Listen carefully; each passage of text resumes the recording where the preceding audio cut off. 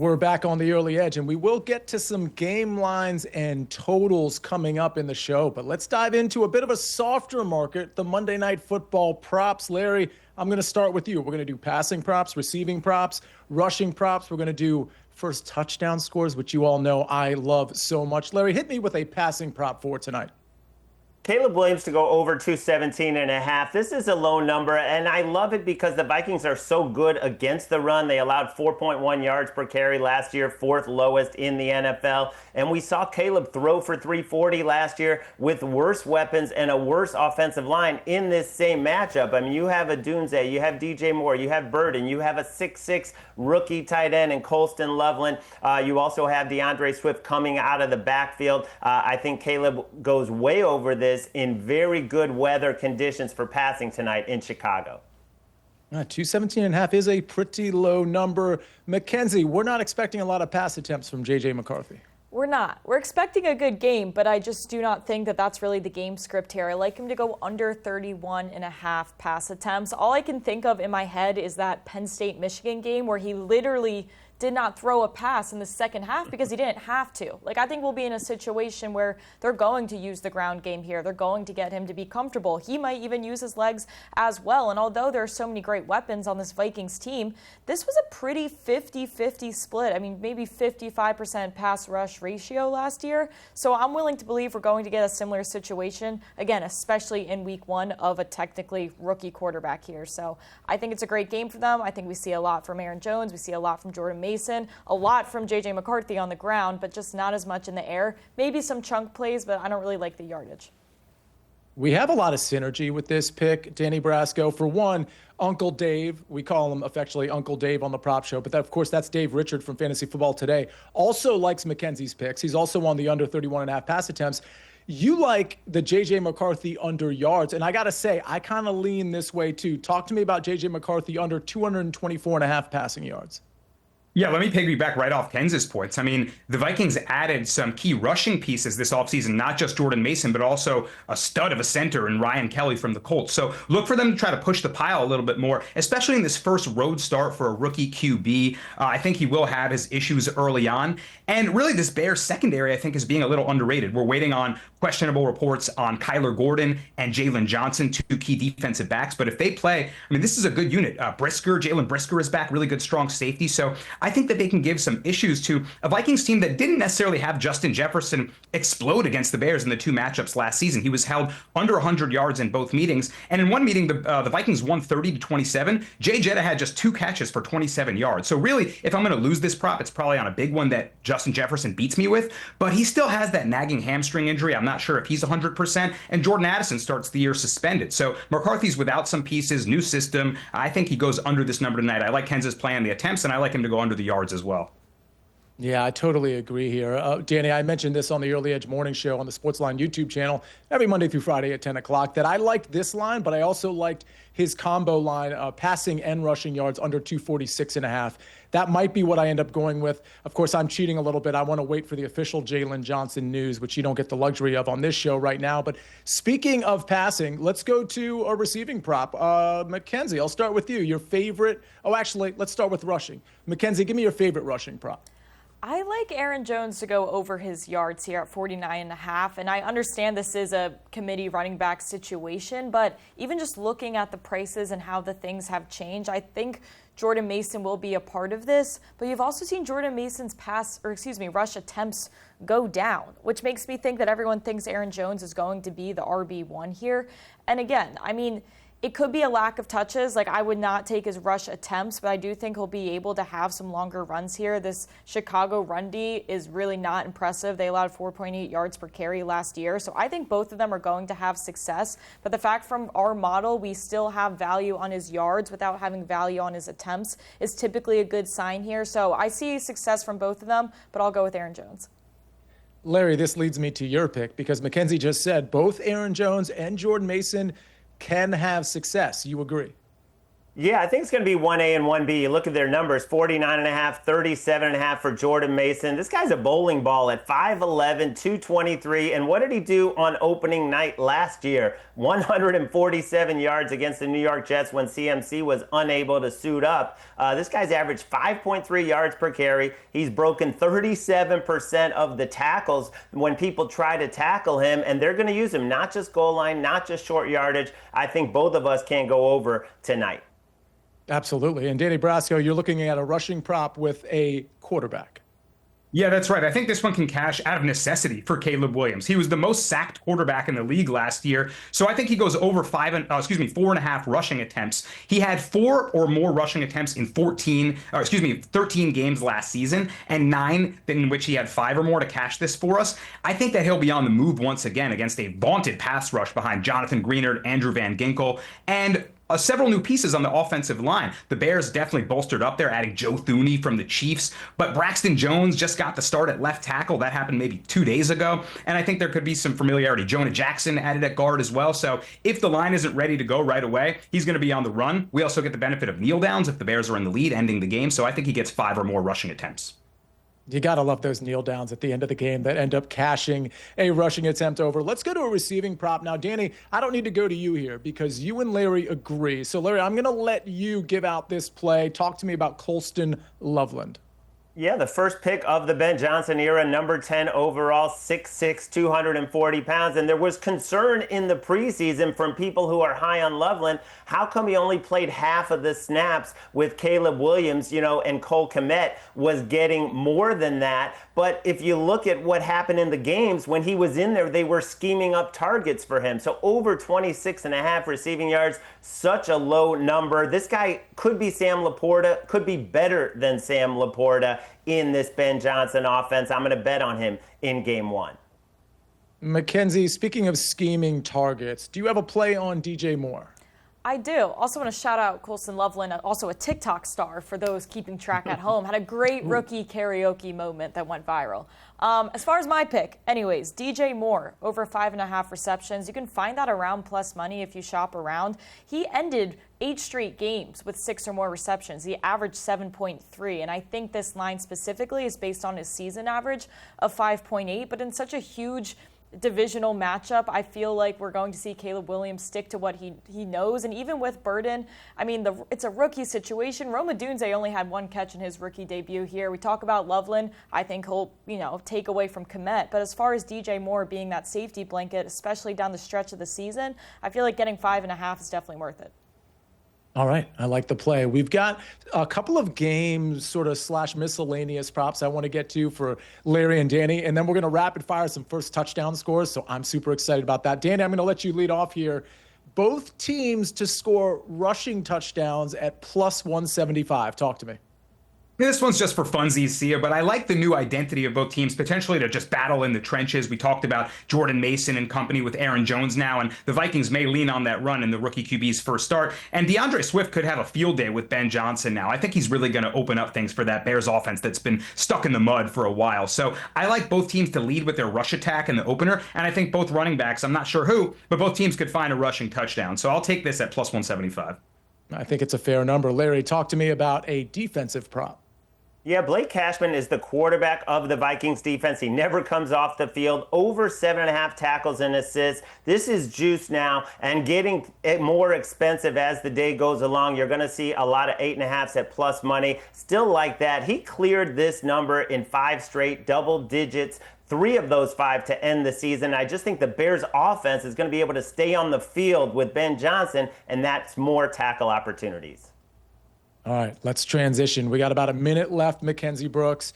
Do you have, early on a Monday, do you have a first touchdown score? Oh, see, this has to be about vibes. And if it's going to be a first touchdown, you might as well shoot, like Danny typically likes to do, for something 10-1 or bigger. I might go with your guys' boy here with Colston Loveland. I feel like it's going to be a bit unexpected here, maybe a short yardage situation down towards the end zone. So I think he's got the vibes. He's got the good aura from his rookie karaoke situation. So that's what I'm going to go with.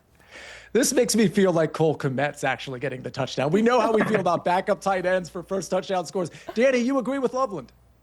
Vibes all day. He's talking smack to JJ McCarthy. He's been saying, hey, they were teammates in Michigan. We got a plan for him over here. So I think that he outshines his teammate, the Wolverine here, and Loveland finds the end zone early on. 2-1 here, see it all day. I'm taking it. Larry, you're going with your guy at plus 800. Yeah, they're saying, they're openly saying Jordan Mason is the goal line back, the short yardage back. So if the Vikings get down there, why not give it to him to get in the end zone? All right, I'm going to go with the UVA product, former commander Olamide Zaccheaus at 22-1, probably playing the slot. Looks like he's established a rapport with Caleb Williams. Luther Burden doesn't have that spot yet. Give me a pretty long number, 22-1 on Olamide Zaccheaus. All right, Larry, Mackenzie, Danny, you got to. Oh, go ahead, Mackenzie. I would like to note that J.J. McCarthy is down the board at 27-1 to be the first touchdown here. I don't know. Just putting that one out there. I feel like 27-1 is pretty good. 27-1 is, in fact, pretty good. I thought you were going to interrupt with a Cole Kmet number, but nothing? You didn't look at Cole Kmet? You know what? I got screwed by Dalton Kincaid last night. We were talking about it on our live stream of the pregame on SportsLine YouTube. And I was like, that guy hasn't done anything. Okay, he's just not going to be the guy. Of course, first touchdown. Brutal stuff. And then you don't see him for, like, most of the game. That's true. The Dalton Kincaid experience has been very odd. It's an emotional roller coaster, Sia. All right, well, we're going to continue that roller coaster with more Monday Night Football bets. We haven't even told you who we like against the spread. We haven't told you what we like from a total department. That's coming up next on The Early Edge.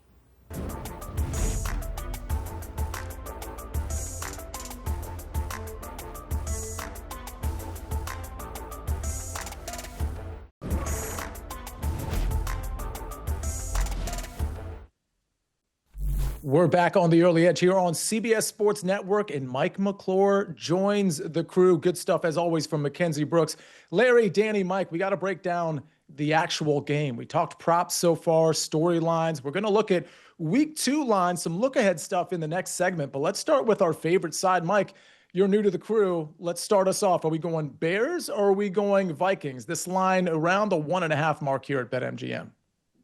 Yeah, it's going to be the Bears side for me. See, at 1.5, I did play it on the SportsLine side at 2. Would play it still at 1.5. I also would even play the -3.5 on an alt line if you're catching plus 165 or better. But when I look at this Bears team, I don't think we can overstate the importance of Ben Johnson working with a guy like Caleb Williams. When you look at the pieces they've put in place offensively, I think they are sneaky in terms of the depth that they have in the skill positions offensively. I would put them up there with a lot of the teams that are at the top of the NFL in that group. We saw what Ben Johnson was able to do with the Detroit Lions. We also just witnessed how lost the Detroit Lions were offensively.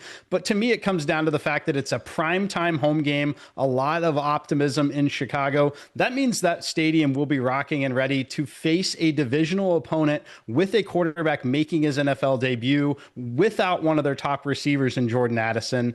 I think this line should be a pick'em at worst when you talk about a home field being worth roughly 2 points, as high as 3 in certain primetime situations. That implies this line would be 4 or 4.5 on a neutral, and I am not ready to make Minnesota that big of a favorite here. Give me the Bears +2. Larry, you agree? I do. It's going to be electric there. The Bears have legit optimism for the first time in a while, and Caleb Williams showed in Week 12 last season against Brian Flores that he doesn't mind the blitz. He will get the ball out fast. 18 of 24 for 214 yards and 3 big-time throws in that game when he was blitzed by Brian Flores. And you also have the fact that Ben Johnson went 4-0 against Brian Flores, and his Lions team scored 30 or more in each matchup. I think both teams are actually going to have offensive success, but I do like the Bears to win a close one. Danny, if you also like the Bears, it means that Minnesota is going to win by like infinity. So are you on the other side, or is this 3 for 3? Let's make it Bears by unanimous decision. If you're fading us, good luck, because the fellas pointed out a lot of great, angles on this one. And I mentioned in the first segment, rookie QBs making their first road starter, 8-21 straight up. Divisional home underdogs have also been extremely profitable in Week 1. Before this Week 1 started, 23-7 against the spread since 2010. So that's an angle we're getting on Bears as well. I mentioned the offensive line pieces I like a lot. Ben Johnson, his addition cannot be understated. I think he has a similar impact to this team right away, like Liam Cohen did with the Jaguars. I think these are two of the most dynamic play callers in the NFL. And Larry pointed out the success that Williams already had against an exotic schemer like Brian Flores. I think that they can find that success in week one. I think they can stifle J.J. McCarthy and force the Vikings to immediately go to their plan B with a rookie on the road in a ruckus environment. So give me the Bears in this home opener. Larry, the total in this game is hovering at BetMGM and pretty much everywhere is hovering in that 43.5 range, right under that key number of 44. You did mention just a second ago that you thought maybe both offenses would have success here. Are you leaning to the over or the under here? Definitely, as long as you can get it under 44. When you talk about the Bears potentially missing two of their top three corners, Jalen Johnson was not around for much of training camp, dealing with a groin injury. He's questionable, even if he plays, not expected to be 100%. And then Kyler Gordon added to the injury report late in the week with the hamstring. Never a good sign. So you don't want to be missing two of your top three corners in this matchup. We have perfect weather conditions. We have a lot of playmakers on both sides of the ball, even without Jordan Addison. Yeah, I like it over. Mike, you lean to the over as well? I do. Yeah. Larry mentions the key number of 44. I definitely could see the path to getting to a 24-20 kind of game here. When I look at this matchup, like Larry, I like the fact that we're talking about ideal weather conditions. It is absolutely as good as it could possibly get in Chicago. And to me, the offensive creativity, I really expect the Bears to be there offensively with Ben Johnson. And I am concerned about the corners defensively. There's a ton of big play upside on both sides of the ball. I expect the offenses to be a little ahead of the defenses in this game. Danny, I'm kind of on the other side here. I lean to the under. While I love Ben Johnson's creativity and what he's going to be able to do with Caleb Williams and all these offensive weapons, I just think you're not going to be able to incorporate that and establish that in week one, particularly against a schemer like Brian Flores. I do respect this Minnesota defense. And for the record, I don't think J.J. McCarthy is going to exactly unload it. I think, like we talked about, this is going to be a run-oriented offense first. Do you agree? Are you on the over here, or do you like the under? I lean towards the under with you, Sia, for the point of the offensive line, really. As bolstered up as it looks for the Bears, we saw a number of teams have that kind of acclimating period for their linemen to feel out the new schemes, the new blocks, right? And I think that they're going to negate each other a little bit. That pass rush from Brian Flores versus a new offensive line that's figuring out for the Bears. So I think that's going to create a little bit of a stalemate in the trenches for a little bit. I think Ryan Kelly might be the best feature at center for the Vikings and leading the pile and leading with the crown of his head behind Jordan Mason there. So I think they may have to rely on that if it starts ugly with McCarthy. And I think both these teams have that divisional familiarity, those divisional home unders, very profitable in week one as well. I lean to the under 43.5. Danny, I want to talk about a team total first half bet. I'm actually going to start with you because you and I agree here as well. On the Early Edge Morning Show, again, every Monday through Friday on the SportsLine YouTube channel, I gave out the first half under 21.5. You actually were able to catch the 22.5. Not a lot of difference in those numbers, but nonetheless, talk to me about that first half under. Yeah, not too much different. The 21 is really the key number, but get every point you can, shop around. But to the same points, I like this game to start slow for that reason. The blitz scheme versus the new offensive line. I think Johnson and Flores will show each other a lot of interesting looks, and I think that leads to a little bit of a stalemate in the first half. I'm seeing more of like a 10-9 kind of first half, so I think we go shade under 21.5. And Mike, you like a Bears first half team total? Yeah, I'm going to go over on a Bears first half team total over. The number sitting 10.5 plus 112.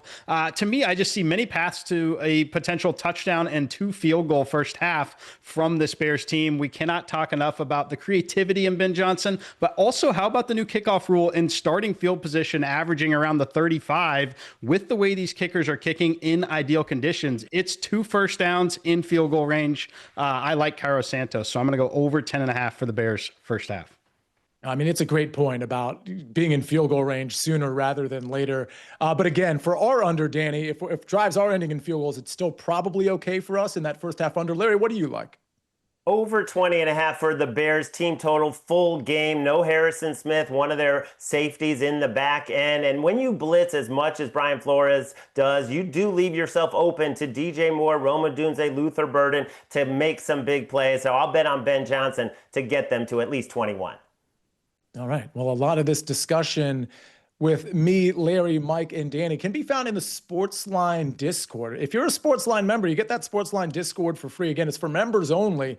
And it's a community where we have channels for every single sport. Of course, that includes the NFL. We have got our experts and a lot of our subscribers in there 24/7 discussing bets and props and live plays and really anything football related. But again, we've got channels for every single sport. So make sure if you're a SportsLine member, you get over to that Discord server. It is live as we speak.